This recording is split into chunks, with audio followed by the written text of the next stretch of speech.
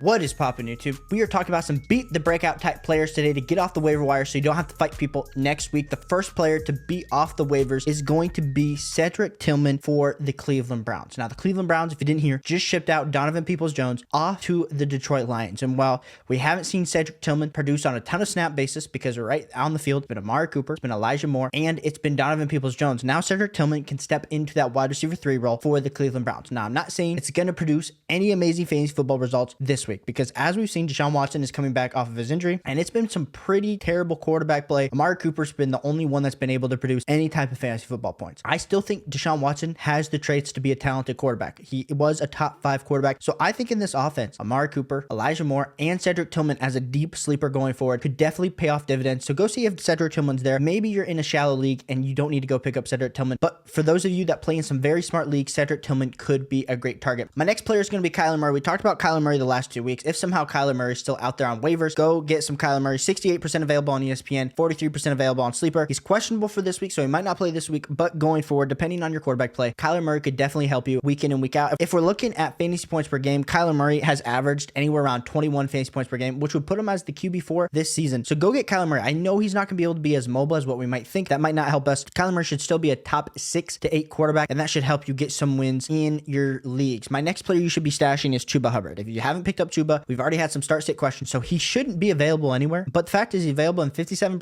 of ESPN leagues and 36 available on Sleeper. If we're looking at last week, Chuba Hubbard's pretty much taken Miles Sanders' lunch officially. 45 snaps compared to 12 for Chuba versus Miles Sanders, 21 to 10 routes run, 2 to 0 targets, and then 15 to 2 carries. Chuba Hubbard, absolute bell cow over there on the Carolina Panthers. So go pick up Chuba Hubbard. I'm not saying that Chuba Hubbard is going to produce amazing fantasy points because he really hasn't up to this season, RB35. But we always like guys with volume. We know how desperate we can get at running backs at times. So having the extra depth with Chuba Hubbard could do us very well. Our next guy is going to be Zach Charbonnet. We literally talked about Zach Charbonnet for the last 3 weeks in this video, and we're going to continue talking about Zach Charbonnet in this video. Last week had 8.4 fantasy points, 70% available on ESPN, 51% available on Sleeper. Now, the thing that excites us about last week was that Zach Charbonnet had a 59% snap share. He was on the field more than Kenneth Walker. Don't tell the Kenneth Walker owners this, but Zach Charbonnet's starting to get ramped up. It is time for Zach Charbonnet to take more of the Seattle Seahawks offense. And if he takes over more of the Seattle Seahawks offense, I think we could be talking about later on in the season that Zach Charbonnet could be a playoff winning running back because you picked him up right now.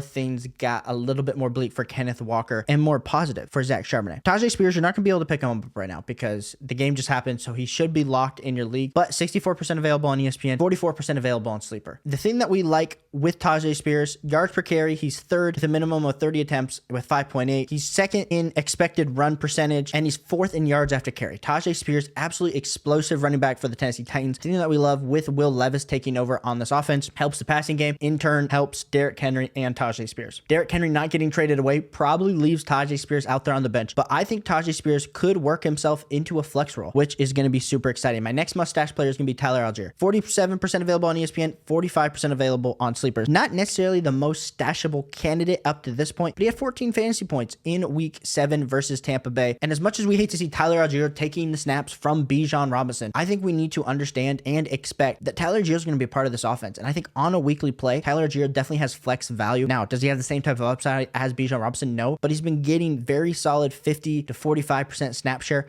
which is enough for him in this Atlanta Falcons offense that absolutely loves to run the ball to produce fantasy football points. My next player should be stashing is Roshan Johnson. Deontay Foreman, Khalil Herbert have both had their days in this offense, but Roshan Johnson's available in 54% of ESPN leagues and 42% of Sleeper leagues. Now, the thing that makes us excited about Roshan Johnson is in week 8, if we look at the snap counts, Roshan Johnson actually outsnapped Deontay Foreman 24-21. He didn't have more carries. He only had 5 carries. Deontay Foreman had 9 carries, but he did have more targets, had more routes run. So they're putting Roshan Johnson in on third downs because he was known to block. And I just think Roshan Johnson is going to be a little bit more explosive than what Deontay Foreman has been, even though Deontay Foreman had that amazing 3-touchdown day. So I think going forward with Justin Fields potentially coming back, this is the perfect time to go get Roshan Johnson if he's available on your waivers. My next stash is going to be Devin Singletary. We've been talking about Devin Singletary each and every week. He's been absolutely out snapping Dameon Pierce. Now, last week that kind of flipped back into Dameon Pierce's favor with Dameon Pierce doing 25 snaps, Devin Singletary only doing 23.